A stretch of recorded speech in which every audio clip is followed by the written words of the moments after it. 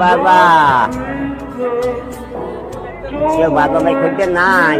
এখন তার বয়স ৭৭ বছর হলেও ৬৬ বছর ধরেই চলছে তার জীবন সংগ্রাম। নিঃসন্তান ও জন্মান্ধ আব্দুল গফুর মল্লিকের এই বয়সেও নারকেলের নাড়ু আর বাদাম বিক্রি করতে হচ্ছে ট্রেনে চড়ে চড়ে। এখন তার বয়স মাত্র ১১ বছর। তখনই তিনি শিশু মনে সংকল্পবদ্ধ হন যে কখনো তিনি ভিক্ষা করবেন না। প্রথম জীবনে নিজেই নারকেল গাছে উঠে অন্যের নারকেল নামিয়ে দিয়ে যে কয়টি নারকেল পেতেন তা দিয়েই নারকেলের নাড়ু বানিয়ে বিক্রি করতেন। জীবনের একটি পর্যায়ে এসে উপজেলা নির্বাহী কর্মকর্তা সহযোগিতা নিয়ে গেলেও সেটিকে তিনি বিনয়ের সাথে ফিরিয়ে দেন। তিনি কখনো চাননি দুহাত পেতে কারো কাছ থেকে ভিক্ষা গ্রহণ করতে। জীবন নিয়ে যাদের শত অভিযোগ, প্রাপ্তি আর অপ্রাপ্তির হিসাব মিলাতে পারেন না, তাদের জন্য আব্দুল গফুর মল্লিক হতে পারে একটি সাহস ও অনুপ্রেরণার গল্প। ছোটবেলায় একদল ব্যবসায়ী তার পিতাকে বলেছিলেন ২ সিবারা কোরআন মুখস্থ করে ভিক্ষা করলে টাকার অভাব হয় না।